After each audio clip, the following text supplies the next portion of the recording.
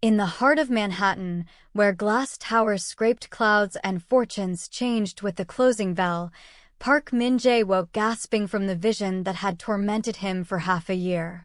A woman with skin like polished mahogany and eyes that held galaxies, moving through his penthouse as if the space had been built for her, looking at him with recognition that transcended the boundaries of sleep. Each dawn he traced through his memories, searching for where he might have glimpsed her in the waking world.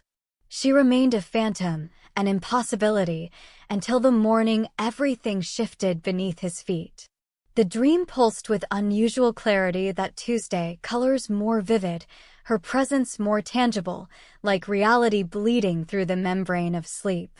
Min-jae had no way of knowing that his building manager, Mrs. Kim, was conducting final interviews for a new residential cleaner.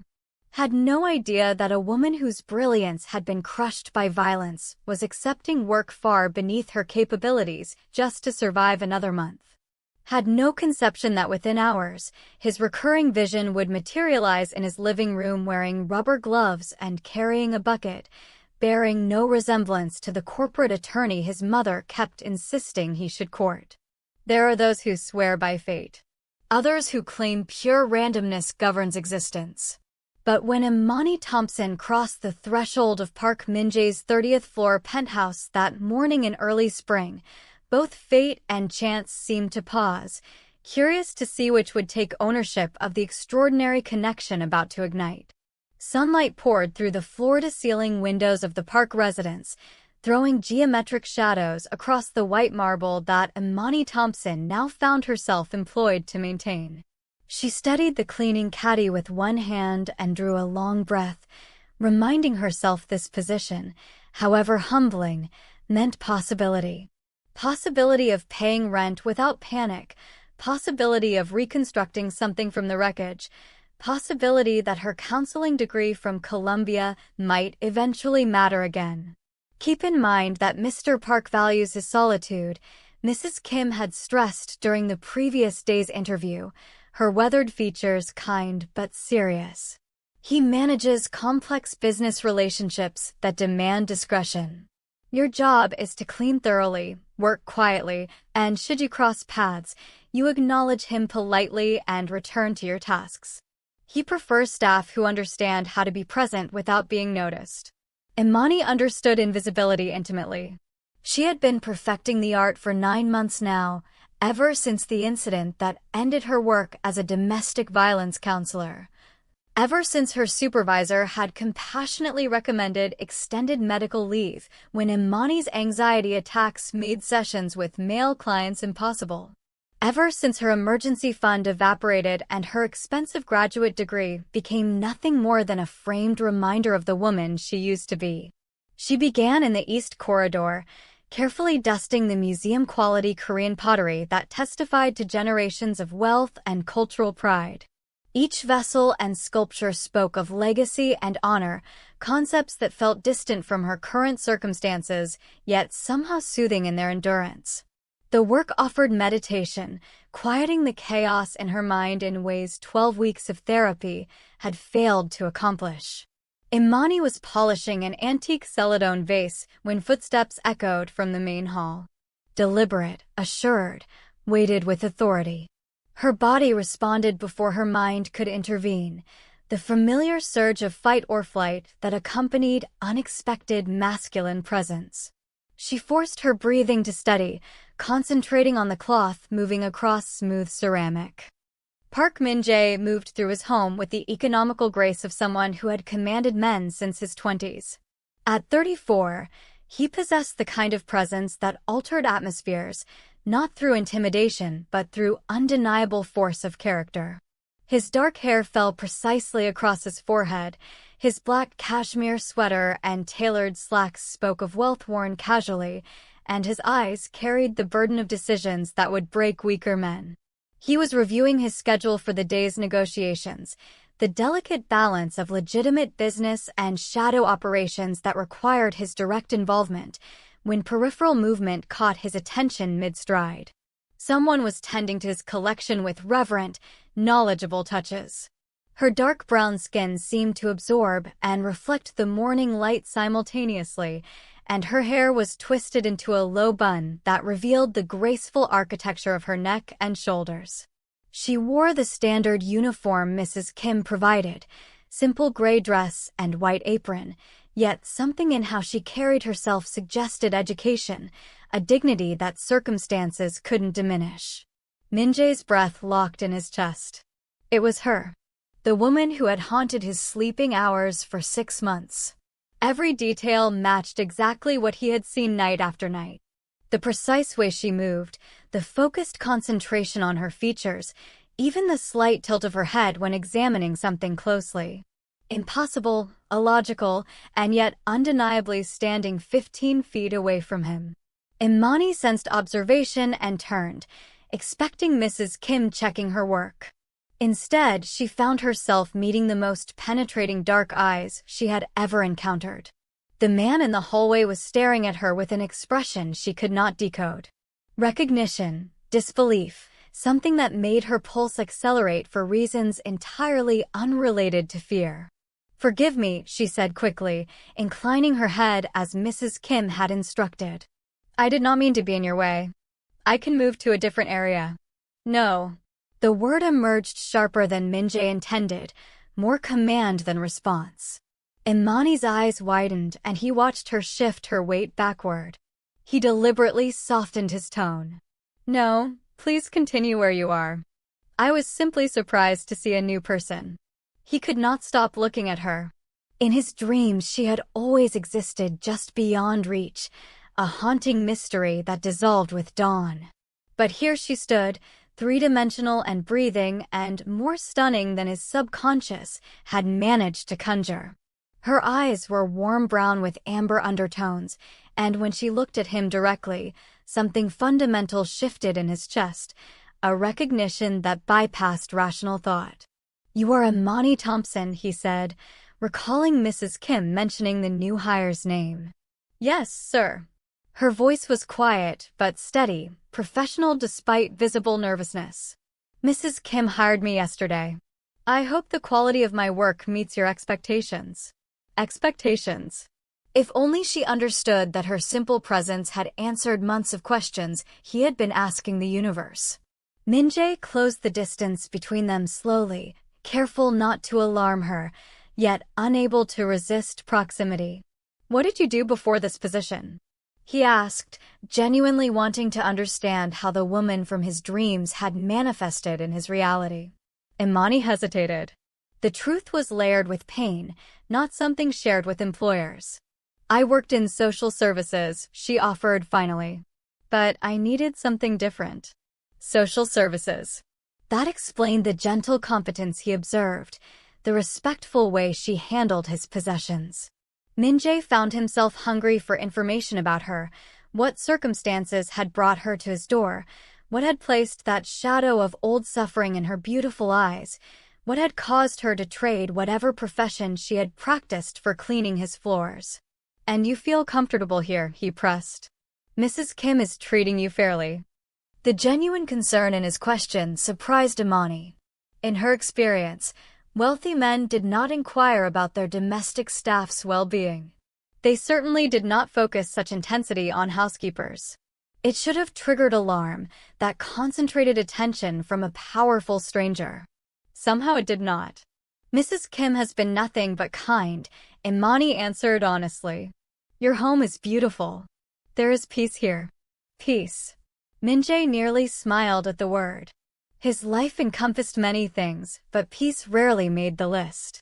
Yet observing Imani in his space, surrounded by the artifacts of his heritage, he experienced something absent for years. A sensation of correctness, of completion. "Good," he said simply. "I want you to feel comfortable in this space." Their eyes held for a moment that extended beyond professional propriety. Imani felt her breath catch, not from panic, but from something entirely different. This man, her employer, was looking at her as if she mattered, as if she was more than another piece of household machinery. Mrs. Kim's voice carried from the kitchen, calling Imani's name, and the moment fractured. I should respond, Imani said, gathering her supplies. Mrs. Kim is waiting. Of course. Min-jae stepped aside to allow her passage, catching a trace of her scent, something clean with hints of vanilla that made his head swim. Imani. She turned back, and he saw his own confusion mirrored in her expression. This feeling, this recognition, was not one-sided. Welcome to my home, he said quietly. As Imani disappeared toward the kitchen, Min-jae remained in his hallway, mind spinning. The woman from his dreams was real. She was in his home cleaning his possessions and looking at him with eyes that concealed secrets he desperately needed to uncover. For the first time in months, he canceled his morning appointments. He needed clarity about what was happening to him. He needed to understand why the universe had sent him visions of a woman he had never met, only to place her directly in his path when he was least prepared. Above all, he needed to determine how to ensure she stayed. For weeks elapsed, and Min-jae found himself restructuring his entire existence around Imani's presence. He had never been a man who lingered at home. His empire of legitimate investments and shadow operations demanded relentless attention, negotiations that consumed him from sunrise to midnight. Yet suddenly he discovered pressing reasons to work from his home office, critical calls that required the quiet of his study, contracts that absolutely could not be reviewed anywhere except his library. All pretexts to steal glimpses of the woman who had inverted his carefully ordered world. Imani, for her part, was beginning to recognize patterns in her employer's behavior. The man who Mrs. Kim insisted was rarely home now seemed omnipresent. Not obtrusively, he never interrupted her work or created discomfort, but his presence was constant. A shadow in her peripheral awareness, the sound of his voice from adjacent rooms, the lingering trace of his cologne in spaces she entered to clean. Mr. Park seems to be spending more time at home lately, she mentioned to Mrs. Kim one afternoon while they prepared his lunch in the kitchen. The older woman's eyes sparkled with what might have been knowing amusement. Yes, he has been quite attentive recently, very particular about the residence being immaculate. Imani did not miss the meaningful glance Mrs. Kim directed at her. I hope my work has been adequate. Oh, child, Mrs. Kim laughed softly. Your work is exceptional.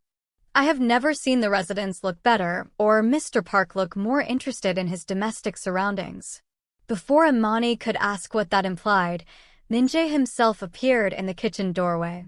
He had abandoned his typical formal business attire for dark denim and a charcoal Henley, the casual look making him seem more accessible though no less commanding. Mrs. Kim, I will take lunch on the terrace today, he said. Then his eyes found Imani. Would you mind bringing it out there? It was phrased as a question but carried the weight of a request. Imani nodded. Certainly, sir. And Imani. His voice gentled when addressing her directly. Please call me Min-jae. Sir makes me feel like my father. Mrs. Kim occupied herself with lunch preparations, but Imani caught her small smile. Something was definitely shifting here, some alteration in the household dynamics that she did not fully comprehend. 20 minutes later, Imani carried the lunch tray to the terrace, her hands steady despite the flutter of nerves low in her stomach. Min-jae was seated at the wrought iron table, but he stood immediately when she appeared, a courtesy gesture that caught her off guard. Thank you, he said as she set down the tray. It looks excellent. Imani began to withdraw, but his voice halted her. Would you join me? She turned, certain she had misheard. Excuse me. For lunch. Would you join me? Min-jae gestured to the empty chair across from him. Unless you have already eaten. I have not, but I could not. It would not be appropriate. Says who? His smile was gentle, encouraging. I am the employer here, am I not? I believe I can determine what is appropriate in my own home. Imani wavered, torn between protocol and the undeniable pull she felt toward this man. In the 4 weeks she had worked here, he had been consistently kind, never condescending, never inappropriate, but always attentive, as if she was someone worth noticing. I am still in my uniform, she said weakly. And you look beautiful in it. The compliment hung in the air between them, simple and honest. Imani felt warmth rise in her cheeks, not from embarrassment, but from something more dangerous. One lunch, Min-jae said softly. I promise I am harmless. Against her better judgment, Imani found herself sitting across from him. The terrace overlooked the city, where Central Park spread like a green oasis amid the concrete and steel. It was peaceful here, removed from the frenzy of the streets below. Tell me about yourself, Min-jae said as they began to eat. The real story, not the edited version you provided that first day. Imani's fork paused halfway to her mouth. There is not much worth telling. I doubt that very much. His dark eyes were patient, inviting. You have a counseling degree from Columbia. Mrs. Kim mentioned it when she hired you. That is not exactly standard background for domestic work. So he had been inquiring about her. Imani was not certain how that made her feel. Sometimes life takes unexpected directions. It does, he agreed. But usually there is a catalyst. What happened, Imani? The gentleness in his voice nearly broke through her defenses. For months she had carried the weight of her trauma in isolation, too proud to burden her friend Keisha with the full details, too ashamed to admit to her family how completely her life had collapsed. I was assaulted, she said quietly, the words escaping before she could contain them. By a client's partner. I was working as a domestic violence counselor, and one of my client's abusers found out where I worked. He had a psychotic episode. I was alone when it happened. Min-jae's jaw tightened visibly, but his voice remained gentle. Were you injured? Physically, not severely. Emotionally. She shrugged, attempting to appear casual about something that had demolished her world. I developed severe anxiety, panic attacks. I could not be alone with male clients anymore, which made my work impossible. I am sorry. The words were simple, but the sincerity behind them was overwhelming. That should never have happened to you. Imani looked up, startled by the anger she heard in his voice. Not anger at her, but for her. When was the last time someone had been angry on her behalf? It is in the past, she said, though they both understood that was not entirely accurate. Is it? Min-jae leaned forward slightly. Because you still tense when I enter a room unexpectedly. You still position yourself near exits. Those are not past behaviors, Imani. Those are survival mechanisms. His observation was so precise it stole her breath. You are very observant. When it comes to you, yes. The admission was quiet, honest. I find myself noticing everything about you. The confession settled between them, heavy with implications that made Imani's pulse quicken. This was dangerous territory, the kind of emotional intimacy that could complicate everything. Why, she asked, though she was not certain she wanted the answer. Min-jae was quiet for a long moment, studying her face as if committing every detail to memory. Have you ever experienced dreams that felt more real than waking life? The question was so unexpected that Imani blinked. What do you mean? For 6 months before you arrived here, I dreamed about a woman. The same woman, every night. She moved through my home as if she belonged here, looked at me as if she knew all my secrets and accepted me anyway. His eyes never left hers. The first morning I saw you, I realized I had been dreaming about you. Imani's breath caught. That is impossible. I know, yet impossible does not make it less true. Min-jae reached across the table, his fingers barely grazing hers. I have never believed in fate, Imani. I have built my life on logic, on control, on creating my own destiny. But you make me question everything I thought I understood about how the world works. The touch of his fingers sent electricity through her entire nervous system. Imani stared down at their hands, his lighter skin against her darker complexion, and felt something shift inside her chest, something that had been locked away since the assault, something she had feared might be permanently broken. This is complicated, she whispered. Yes, it is. His thumb traced across her knuckles, the touch featherlight but devastating. But complicated does not mean wrong. Imani looked up into his eyes and saw her own confusion reflected there. This man, her employer, someone whose world was galaxies away from hers, was looking at her as if she was precious, as if she was worth the complication. "I should go," she said, but she did not move to withdraw her hand. "Should and want are different things," Min-jae said softly. "What do you want, Imani?" The question was loaded with possibility, with the promise of something that could alter everything. Imani looked at this man who had somehow dreamed her into his life, who had shown her more kindness in 4 weeks than she had experienced in months, and felt the walls around her heart beginning to fracture. "I want to understand," she said finally. "I want to understand what is happening between us."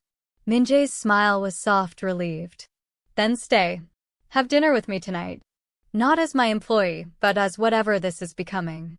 Imani knew she should refuse. Knew that crossing this line would complicate everything.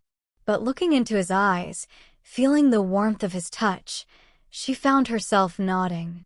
"Okay," she whispered. "One dinner." As they finished lunch in comfortable conversation, neither of them noticed the figure observing from the building's rooftop access. Han Jae-sung had served as Min-jae's second-in-command for 6 years, and he had never seen his boss look at anyone the way he was looking at the housekeeper. It was a vulnerability, and in their world, vulnerabilities were lethal things. Imani stood before her small closet in the staff quarters, staring at her limited options with mounting anxiety. What did one wear to dinner with a man who could probably buy entire city blocks? Her wardrobe consisted primarily of uniforms and the few casual pieces she had managed to salvage from her previous life. A soft knock interrupted her spiraling thoughts. "Come in," she called, expecting Mrs. Kim. Instead, Keisha Williams pushed through the door, her eyes bright with curiosity. Imani's closest friend since graduate school had been her anchor through the darkest months, the one person who had refused to let her disappear completely. "Girl, what is this emergency text about needing to borrow a dress?" Keisha demanded, stepping into the small room with a garment bag in hand. "And why are you living in some penthouse like you are in a drama series?" "It is complicated," Imani said, accepting the embrace Keisha offered. "Complicated how? Last I heard, you were cleaning apartments to make rent. Now you are texting me from some Manhattan address asking for emergency fashion intervention." Keisha's eyes narrowed. "Please tell me you are not doing anything dangerous." "It is not dangerous," Imani said quickly. "At least I do not believe it is. It is just unexpected." Keisha unzipped the garment bag, revealing a stunning emerald dress that would complement Imani's skin tone perfectly. "Unexpected how? And do not give me some vague non-answer. I have been worried about you for months." Imani sank onto her narrow bed, suddenly overwhelmed by the surreal nature of her situation. "My employer asked me to have dinner with him." "Your employer?" Keisha's voice was carefully neutral. "The one who owns this penthouse." "Yes." "And you said yes because—" Because Imani struggled to find words for something she barely understood herself. "Because when he looks at me, I do not feel broken anymore." The simple honesty of the statement made Keisha's expression soften. She had watched her brilliant, compassionate friend retreat into herself after the assault, seen the light dim in eyes that had once sparkled with purpose and determination. "Tell me about him," Keisha said, settling beside Imani on the bed. "His name is Park Min-jae. He is Korean, successful," and Imani paused, trying to capture the essence of what made him different. "He is kind. Not just polite, genuinely kind. He notices things. He cares about whether I am comfortable, whether I am content." "And you trust him?" It was the crucial question, the one that mattered most given Imani's history. She considered it carefully. "Yes. I know it sounds irrational, but yes. I feel safe with him in a way I have not felt safe with anyone since."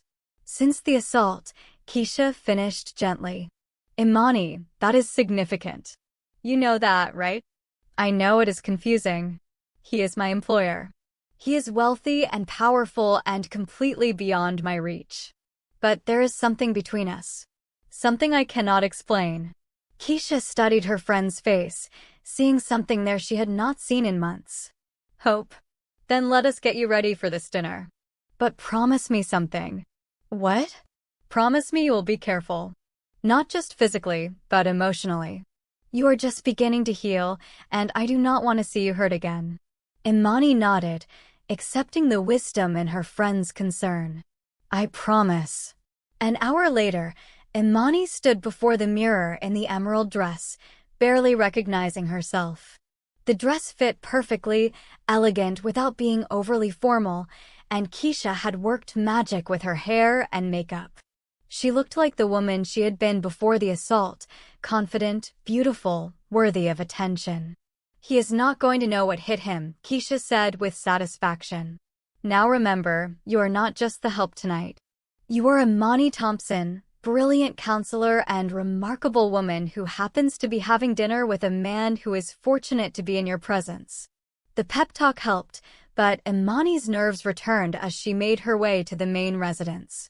Mrs. Kim had left for the evening, giving them privacy that felt both thrilling and terrifying. Min-jae was waiting in the dining room, and when he turned to see her, his expression made every moment of anxiety worthwhile. He looked stunned, as if he had forgotten how to breathe. Imani, he said softly. You are breathtaking.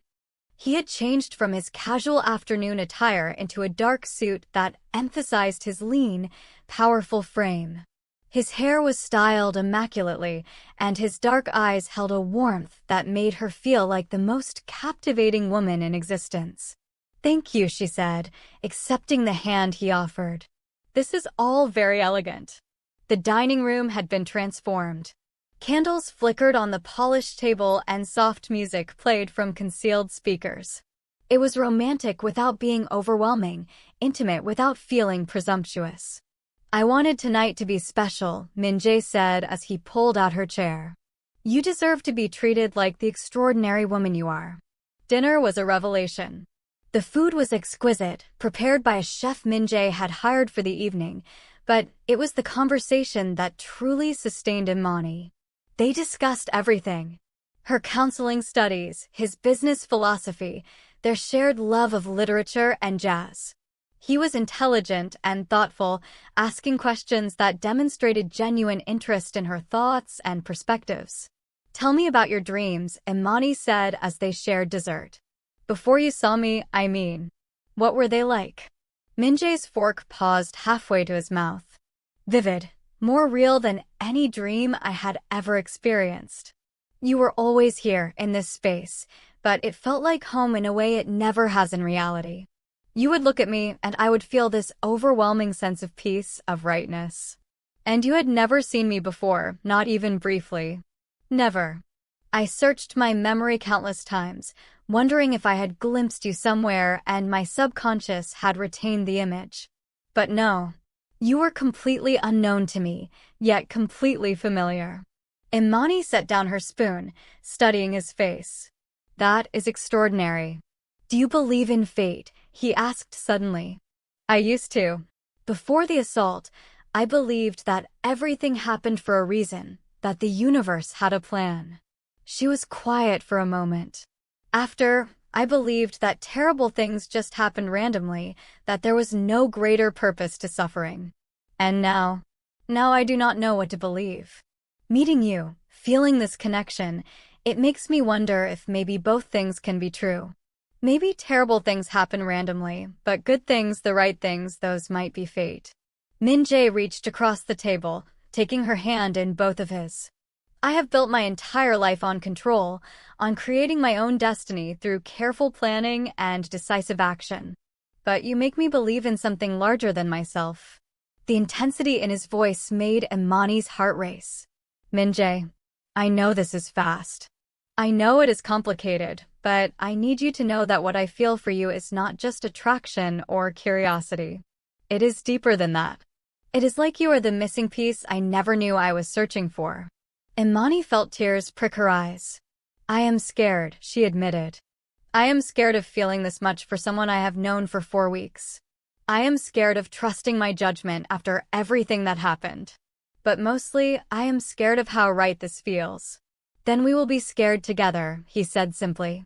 But we do not have to be scared alone. He stood, still holding her hand, and led her to the terrace doors. The night air was cool and sweet with urban jasmine. The city sparkled below them like a constellation brought to earth. Dance with me, he said softly. There is no music. There is always music when you are with the right person. Imani let him pull her into his arms, swaying gently to a rhythm only they could hear. His hand was warm on her back, and she could feel the steady beat of his heart against her cheek. For the first time in months, she felt completely present, completely alive. Imani, he murmured against her hair.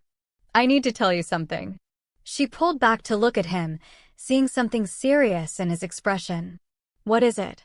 My business. It is not entirely conventional. I have adversaries. People who might try to use you to hurt me if they knew how much you mean to me. Imani's counseling training activated, reading between the lines of what he was not saying. How unconventional. Unconventional enough that your safety could become a concern. His hands tightened on her waist. I would never let anything happen to you, but I need you to understand what you would be entering. She should have been frightened. Any rational person would have stepped away, thanked him for the lovely evening, and returned to her simple life of cleaning and anonymity. Instead, she found herself stepping closer. Are you giving me an exit? She asked. I am giving you the truth. What you do with it is your choice. Imani looked into his eyes, seeing the vulnerability there, the fear that she might walk away. This powerful man was terrified that she would leave him, and that knowledge gave her strength she did not know she possessed. I have already survived the worst thing I could imagine, she said quietly. I am not going to let fear keep me from the best thing that has ever happened to me. Min-jae's smile was brilliant, relieved, and full of promise. Are you certain? I am certain, she said, and meant it. When he kissed her, soft and sweet under the starlit sky, Imani felt the last of her walls crumble. Whatever came next, whatever complications arose, she was ready to face them with this man beside her. She just hoped they would have time to build something strong enough to weather the storms that were approaching. 3 months into their relationship, Imani had settled into a new rhythm. Officially, she remained Min-jae's housekeeper, but the boundaries had blurred beyond recognition. She spent her days maintaining the penthouse and her evenings in his arms, learning the contours of a love she had never thought possible. Dr. Rachel Kim, the therapist Min-jae had insisted she see, had helped her process the trauma that had derailed her life. The panic attacks were becoming less frequent, her confidence slowly returning. For the first time since the assault, Imani could envision a future that included joy. She was arranging fresh flowers in the main living area when Han Jae-sung, Min-jae's right-hand man, entered with an expression that made her stomach clench. Imani, he said, his usual warm greeting replaced by urgency. Where is Min-jae? In his office. What is wrong? Lee Tae-min is missing. He was supposed to check in this morning, but no one has heard from him. Imani's blood ran cold. She had met Lee Tae-min several times, had noticed the way he watched her with barely concealed disapproval. Min-jae had explained that some of his associates were resistant to change, uncomfortable with his relationship with her. Missing how, she asked. The kind of missing that usually means someone has been taken, Jae-sung said grimly. I need to brief Min-jae immediately. Imani watched him disappear into the office, her hands shaking as she continued arranging the flowers. She had known this world came with dangers, but the reality of it was more frightening than she had imagined. 20 minutes later, Min-jae emerged from his office, his face set in lines she had never seen before. This was not the gentleman who brought her coffee in the mornings or held her during thunderstorms. This was the other side of him, the side that commanded respect and fear in equal measure. Imani, he said, his voice carefully controlled. I need you to pack a bag. Marcus Chin is going to take you somewhere secure. Secure from what? But even as she asked, she knew. This is about Lee Tae-min, is it not? We believe he has been taken by a rival organization. If they have him, they will try to use him to get to me. And if they know about you, they will try to use me too," Imani finished. The counseling degree that had once seemed useless suddenly provided clarity about human behavior, even in circumstances she had never imagined.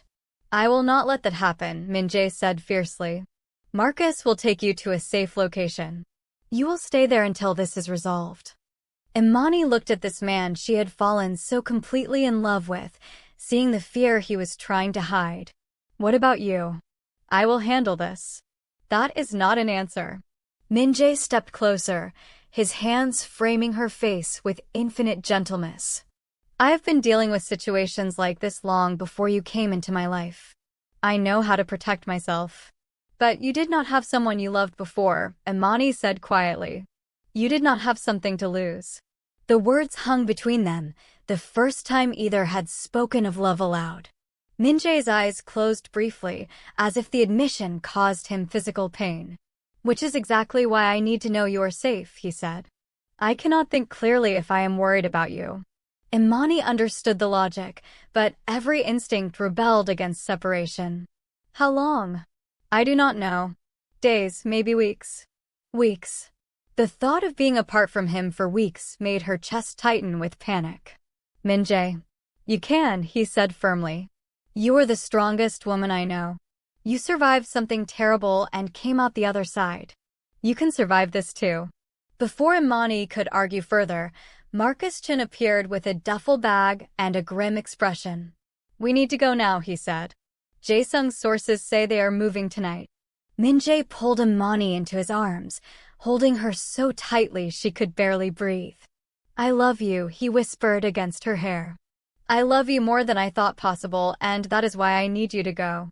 "I love you too," she whispered back, tears streaming down her face. "Promise me you will be careful." "I promise."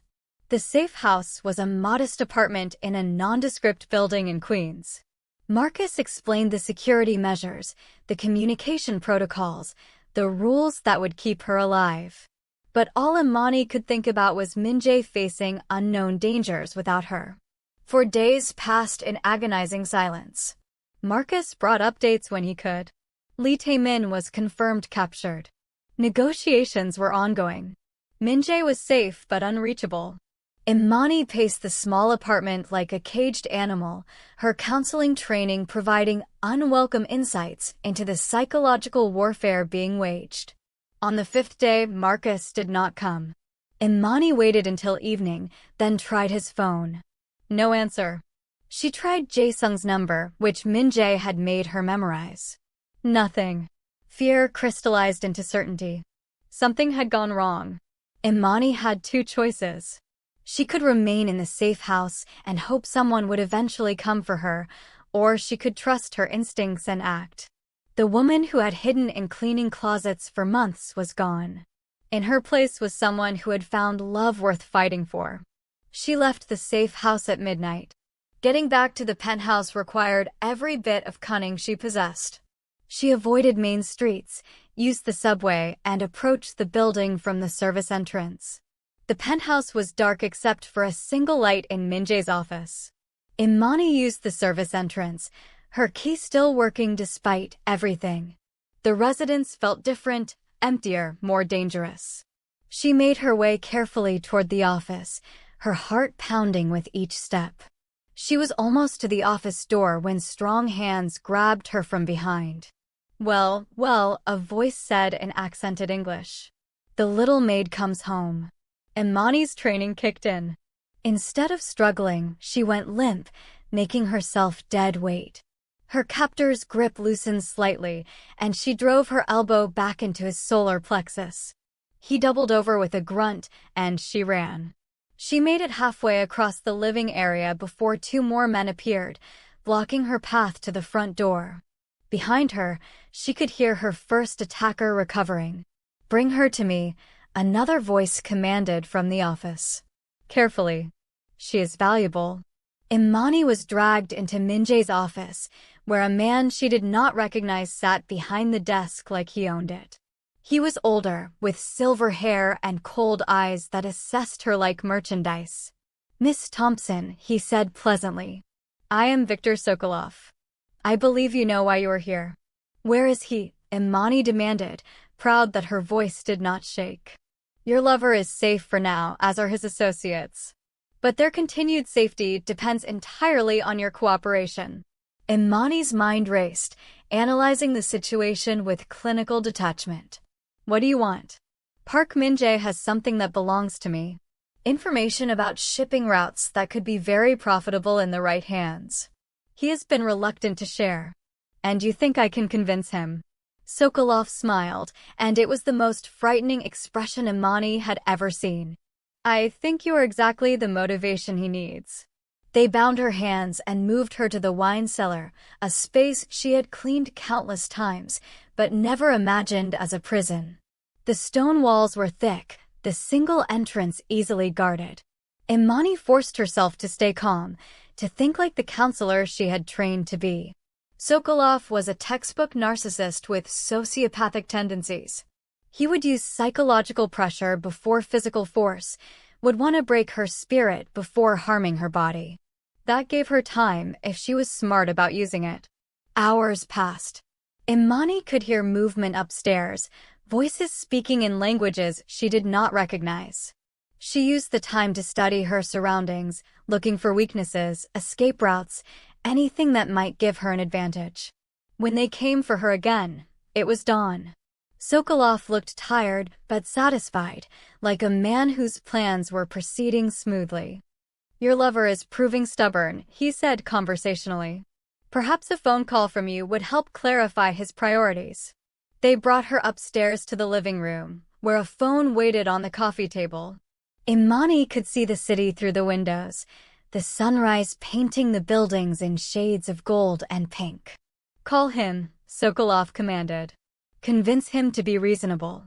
Imani took the phone with steady hands, dialing the number she knew by heart. It rang once before Min-jae's voice answered, tight with worry and rage. "Imani, are you hurt?" "I am okay," she said, and meant it. "Are you?" "I am fine." "Imani, I am going to get you out of there." "I know you are." She looked directly at Sokolov as she spoke. "But I need you to know something first. I am not afraid anymore." Sokolov's eyes narrowed, sensing something in her tone that he did not like. "I was broken when I came to you," Imani continued, her voice growing stronger. "Scared and damaged and barely surviving. But you helped me remember who I really am. You helped me remember that I am not a victim. I am a survivor." "Imani," Min-jae's voice was strained. "They think I am just a maid," she said, her eyes never leaving Sokolov's face. "They think I am weak, that I will break easily. They do not know that I already survived the worst thing I could imagine. They do not know that I came back from that stronger than before." Sokolov reached for the phone, but Imani stepped back, her voice rising. "They do not know that I am not afraid of them, because the only thing I was ever really afraid of was losing you. And I would rather die fighting than live without you." The phone went dead as Sokolov snatched it away, his face twisted with rage. "Stupid girl. You think your little speech changes anything?" Imani smiled, and for the first time since this ordeal began, she felt truly calm. "No, but I think it bought him enough time to get here." The sound of shattering glass came from the kitchen, followed by shouts and the unmistakable sounds of violence. Sokolov's men ran toward the noise, leaving Imani alone with their leader. "I have no idea what you have done," Sokolov snarled, pulling a gun from his jacket. "Yes, I do," Imani said quietly. "I chose love over fear." The office door exploded inward, and Min-jae appeared like an avenging angel, his face a mask of controlled fury. Behind him, Jae-sung and Marcus moved with lethal efficiency, securing the room. Sokolov swung his gun toward Imani, but she was already moving, using every self-defense technique Dr. Kim had insisted she learn. The gun went off, the bullet embedding itself in the wall where she had been standing. Min-jae moved like lightning, and suddenly Sokolov was on the ground, disarmed and defeated. The whole confrontation lasted less than 30 seconds. "Are you hurt?" Min-jae demanded, his hands running over her frantically, checking for injuries. "I am okay," Imani said, and realized she truly was. "I am okay." He pulled her into his arms, holding her like he would never let go. "I thought I had lost you," he whispered against her hair. "When I got that call, when I realized they had you." "But you did not lose me," Imani said firmly. "And you never will. I told you I am not afraid anymore." As Marcus and Jae-sung dealt with the aftermath, Min-jae held Imani in the living area where this all began, surrounded by the flowers that had witnessed their love story unfold. "I have something to tell you," he said quietly. Imani pulled back to look at him, seeing something new in his expression. "What?" "I am done with all of it. The business, the danger, the constant threat of violence." His hands cupped her face tenderly. "I am done with anything that puts you at risk. Min-jae, you do not have to." "Yes, I do." "Because you were right. I did not have something to lose before. Now I do. Now I have everything to lose." Imani felt tears streaming down her face, but they were tears of joy, of relief, of overwhelming love. "What will you do?" "I have legitimate businesses, investments that can support us comfortably. I will build something new, something clean." His smile was soft, hopeful. "Something worthy of the woman I love." "And what about your associates? Your responsibilities?" "Jae-sung is ready to take over the parts that matter. The rest can disappear." Imani looked at this man who was willing to give up everything for her and felt her heart overflow with love. "Are you sure?" "I have never been more sure of anything in my life," he said. "You taught me that some things are worth more than power, more than money, more than anything I thought mattered before." "What things?" "Love. Peace. A future where we wake up every morning knowing we are safe." He kissed her softly, sweetly. "A future where our children grow up never knowing the darkness I came from." "Children." Imani's breath caught. "If you want them. If you want a life with me." Imani thought of everything she had lost, everything she had survived, everything that had led her to this moment. "I want everything with you," she said. "I want it all." As the sun rose over Manhattan, painting the sky in shades of pink and gold, Min-jae and Imani held each other in the living area where their love had bloomed. The nightmare was over, but their real life was just beginning. 7 months later, the penthouse felt like a completely different place. Gone were the subtle tensions, the careful conversations, the sense of danger lurking beneath the surface. In its place was something Imani had never experienced before. True peace. Min-jae had been true to his word. He had systematically dismantled his involvement in anything questionable, transferring leadership to Jae-sung while maintaining only the legitimate businesses that had always been his passion. The transition had not been easy. There had been meetings, negotiations, careful arrangements to ensure everyone's safety. But it was done. Imani stood in the kitchen, preparing lunch and marveling at how normal her life had become. She had returned to counseling, working with Dr. Kim to establish a practice specializing in trauma recovery. The irony was not lost on her. The experience that had nearly destroyed her was now helping her heal others. "You are humming," Min-jae observed, entering the kitchen with a smile that still made her heart skip. "I am happy," she said simply, accepting the kiss he pressed to her temple. "Good. I like you happy." He wrapped his arms around her from behind, resting his chin on her shoulder. "How was your session with Mrs. Rodriguez?" "Breakthrough day," Imani said with satisfaction. "She is finally ready to leave her abusive partner. I am helping her find a safe place to stay. And the nightmares. Gone. Completely gone." Imani leaned back against his chest, still amazed by how safe she felt in his arms.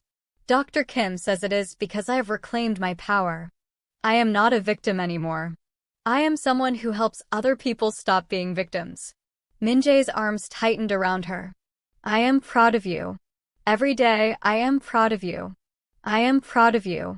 They were interrupted by Mrs. Kim, who entered with an expression of barely contained excitement. Mr. Park, there is someone here to see you.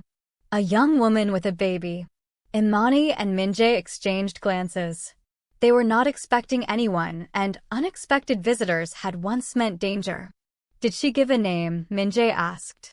She said to tell you that Lee Tae-min's sister's here. The name sent a chill through the room. Lee Tae-min had disappeared during the crisis with Sokolov, and despite extensive searching, they had never found him. The assumption was that he had been killed, either by Sokolov's people or in the chaos that followed. Show her in, Min-jae said quietly. The woman who entered was young, maybe 26, with the same sharp features as her brother. She carried a baby who could not have been more than 7 months old, and her eyes held the kind of desperation Imani recognized from her therapy practice. Mr. Park, she said, bowing deeply. My name is Lee Hyejin. I am sorry to come here unannounced, but I did not know where else to go. Please sit, Min-jae said gently, gesturing to the kitchen table. What can I do for you? Hyejin clutched her baby closer, tears streaming down her face. My brother is dead. He was killed by Sokolov's people 4 days after they took him. But before he died, he managed to get a message to me. Imani felt her heart clench. Despite everything, Lee Tae-min had been loyal to Min-jae for years. What message? Min-jae asked. He said to tell you he was sorry. That he never meant for you to be hurt, but he was scared of how you were changing. He thought you were getting soft, that it would get you killed. Hyejin's voice broke. He was trying to protect you by working with them, but they never intended to honor their agreement. Min-jae closed his eyes, pain flickering across his features. He died because of me. No, Hyejin said firmly. He died because he made a choice. But he also made sure I knew where to find you if I ever needed help. She looked down at her baby. This is his son, Tae-jun. The father is not in the picture. I have no family left, no money, nowhere to go. Imani felt her heart break for this young woman, alone with a baby and carrying the weight of her brother's choices. She looked at Min-jae and saw the same compassion in his eyes. What do you need? He asked simply. A job. A chance to start over. I am a good worker. I am honest. And I will do anything to provide for my son. Can you cook? Imani asked suddenly. Both Min-jae and Hyejin looked at her in surprise. Yes, very well. My mother taught me traditional Korean dishes, but I can cook anything.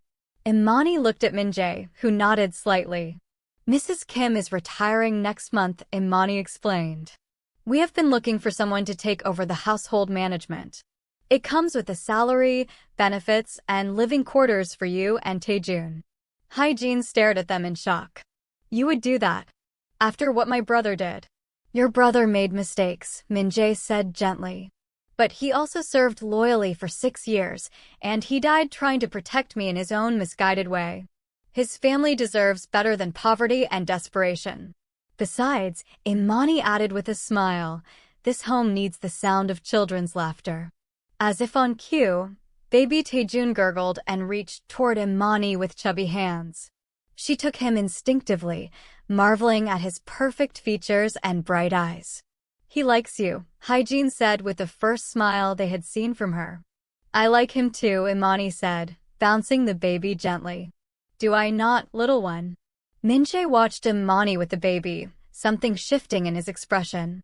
They had talked about children in abstract terms, but seeing her natural maternal instincts made the possibility feel suddenly real and urgent. There is something else, Hyejin said hesitantly. My brother left something for you. He said if anything happened to him, I should give it to you personally. She reached into her bag and pulled out a small wrapped package. Min-jae opened it carefully, revealing a simple wooden box containing a folded piece of paper. He read it silently, his expression growing soft. What does it say? Imani asked. He says he finally understood why I was changing. He says he saw us together once, saw how I looked at you, and realized I had found something worth changing for. Min-jae's voice was quiet. He says he hopes I will be brave enough to choose love over everything else. Imani felt tears prick her eyes. Even in death, Lee Tae-min was giving them his blessing. He also says, Min-jae continued, that he hid something in the storage unit, something he thought I might need someday. An hour later, they found it in a climate-controlled storage facility in Brooklyn. It was a small velvet box wrapped in plastic to protect it from the elements. Min-jae opened it with shaking hands, revealing a ring that took Imani's breath away. It was vintage, clearly Korean in design, with a central diamond surrounded by smaller stones in a pattern that looked like cherry blossoms. It was my grandmother's, Min-jae said softly. I thought it was lost when my family's apartment was robbed years ago. Taemin must have recovered it somehow. Imani stared at the ring, understanding the significance. He was planning this. He knew I would want to marry you before I knew it myself, Min-jae said with wonder. He saved the one thing that would make it perfect. Imani looked at this man who had transformed her life, who had helped her heal and grow and become stronger than she had ever imagined possible. Are you asking me something? Min-jae dropped to one knee right there in the storage facility, among the boxes of his past life, choosing instead to focus on their future. Imani Thompson, he said, his voice steady despite the emotion in his eyes. You came into my life like a dream made real. You taught me that love is stronger than fear, that peace is more valuable than power, that some things are worth changing everything for. Imani felt tears streaming down her face, but she was smiling so hard her cheeks hurt. Will you marry me? He asked. Will you build a life with me, a family with me, a future where our children grow up knowing they are loved beyond measure? Yes, Imani said, laughing through her tears. Yes, yes, yes. The ring slid onto her finger like it had been made for her, the diamonds catching the fluorescent light and throwing rainbows across the concrete walls. Min-jae stood and pulled her into his arms, spinning her around as she laughed with pure joy. I love you, he said against her lips. I love you more than I ever dreamed possible. I love you too, Imani whispered back. Forever. From outside the storage unit, Hyejin watched with baby Taejun in her arms, both of them smiling at the happiness blooming in the most unexpected of places. Mrs. Kim appeared beside them, wiping tears from her eyes. They are perfect together, Hyejin said softly. Yes, Mrs. Kim agreed. They are. That evening, they celebrated with a quiet dinner on the terrace. Keisha had arrived with champagne and congratulations, immediately falling in love with baby Taejun and declaring herself his honorary aunt. Dr. Kim stopped by with flowers and her blessing, marveling at how far Imani had come from the broken woman who had first walked into her office. When is the wedding? Keisha demanded, already planning in her head. Soon, Min-jae said, his arm around Imani's shoulders. We do not want to wait. Good, Imani said, leaning into his warmth. I have waited long enough for my real life to begin. As the sun set over Manhattan, painting the sky in brilliant oranges and purples, Imani looked around at the people who had become her family. Hyejin was teaching Keisha how to hold Taejun properly while Mrs. Kim fussed over everyone's plates.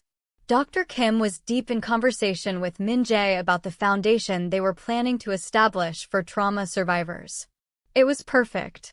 Not because it was without complications or challenges, but because it was real, built on love and trust and the courage to choose hope over fear. No regrets, Min-jae murmured in her ear. Imani looked at her engagement ring, then at the man who had dreamed her into his life and loved her back to wholeness. Only one. What is that? That it took me so long to find you. Min-jae's smile was soft, full of promise. We have the rest of our lives to make up for lost time. Yes, Imani said, kissing him softly. We do. 6 years later, Imani stood in the nursery, watching the morning sunlight stream through windows she had once cleaned as an employee. Now she was the lady of the house, though she still preferred to think of herself simply as Imani, wife, mother, counselor, and the luckiest woman alive. Mama, up, demanded a voice from the crib. She smiled and lifted her daughter, marveling as always at her perfect features. Ji-hye had her father's dark eyes and her mother's warm skin tone, creating a beautiful blend that spoke of love transcending all boundaries. At 3 years old, she was already showing signs of her father's determination and her mother's empathy. "Good morning, my love," she murmured, kissing her chubby cheek. "Did you sleep well?" "Where is Appa?" Ji-hye asked, looking around the room with bright curiosity. "Daddy is getting your brother ready for breakfast," Imani explained, carrying her toward the adjoining nursery. The second nursery was identical to the first, decorated in soft blues and greens with Korean and African-inspired artwork that celebrated both sides of their heritage. In the center of the room, Min-jae sat in the rocking chair feeding a bottle to Ji-hye's twin brother, Min-jun. "There are my babies," Imani said softly, not wanting to disturb the peaceful moment. Min-jae looked up with a smile that still made her heart skip after 6 years of marriage. Someone was hungry this morning. Min-jun was slightly smaller than his twin, with Imani's expressive eyes and his father's serious demeanor. The twins were identical in some ways, completely different in others, but both were perfect examples of the love that had created them. "Hygiene has breakfast ready," Imani said, settling into the second rocking chair with Ji-hye. Taejun helped her make pancakes. "Did he now?" Min-jae's eyes twinkled. At 6 years old, Taejun was the twins' devoted big brother, self-appointed protector, and occasional mischief maker. "I suppose that means we will find flour in interesting places." "Probably, but he is so proud of himself." They sat together in comfortable silence, feeding their children and watching the city wake up beyond the windows. The penthouse had been completely renovated after their marriage, transformed from a bachelor's showplace into a family home filled with laughter, toys, and the beautiful chaos of children. "The foundation interview is today," Min-jae said quietly. "I know. Are you nervous?" "A little." He shifted Min-jun to his shoulder, patting the baby's back gently. "It has been 6 years since I left that life behind. Sometimes I wonder if people will believe the change is real." Imani reached over and took his free hand. "The change is real because you are real. Because we are real. Because you chose love over everything else and you have never looked back." The Thompson Park Foundation for Trauma Recovery had become their shared passion project. Using Min-jae's business acumen and Imani's clinical expertise, they had created a comprehensive program that provided therapy, job training, and housing assistance for trauma survivors. The magazine interview today would bring national attention to their work. Besides, Imani added with a smile, "If they do not believe in redemption, they just need to look at us." A broken counselor and a reformed businessman who found each other through dreams and built a family on love. If that is not proof that people can change, I do not know what is. Min-jae brought her hand to his lips, kissing her wedding ring. "Have I told you lately that I love you?" "Only every day, but I do not mind hearing it again." "I love you, Imani Thompson Park. I love our chaotic, beautiful, impossible life." "I love you too," she said, then grinned. "Even when you leave your socks on the bathroom floor."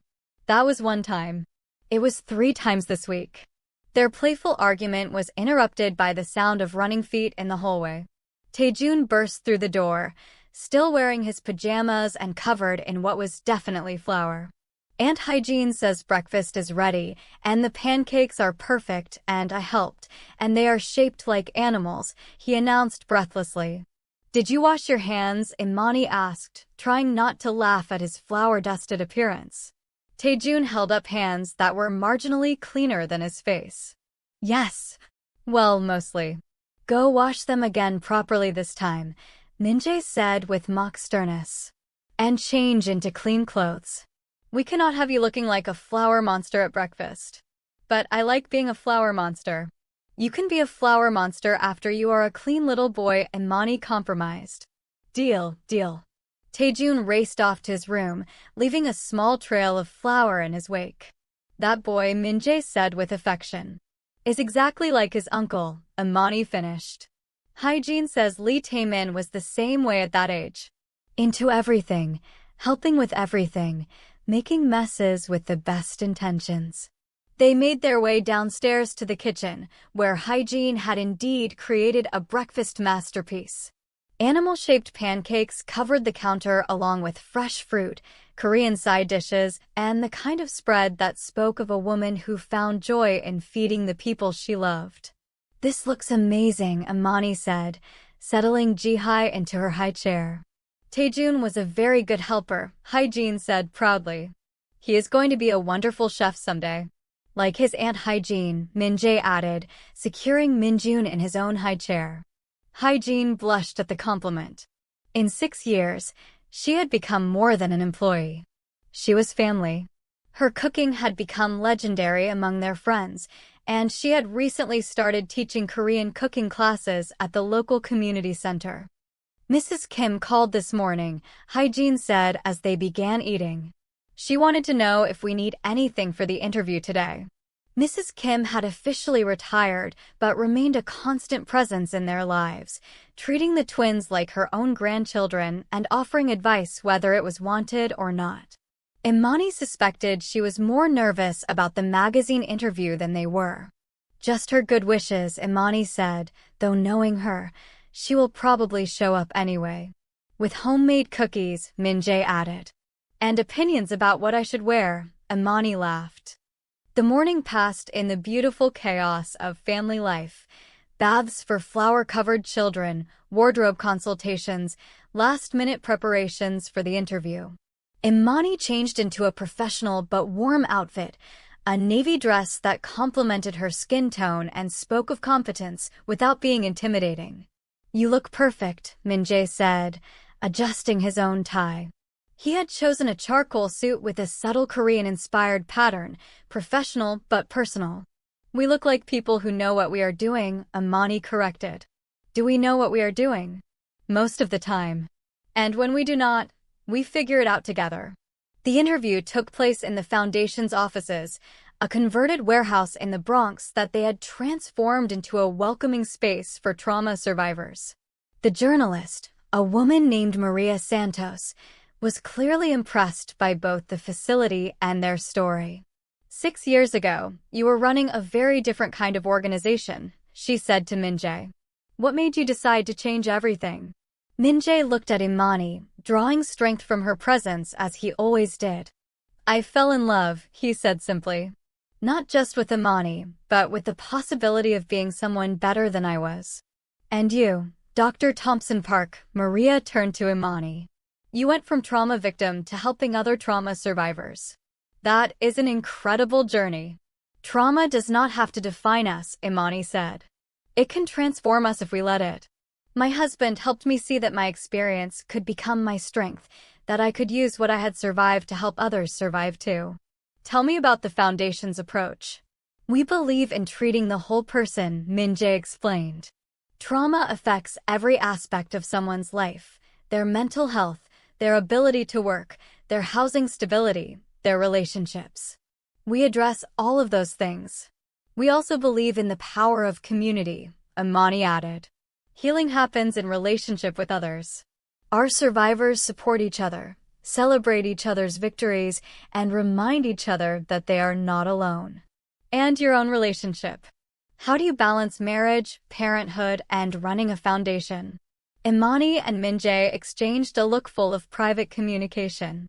"We do not balance," Imani said with a laugh. "We integrate.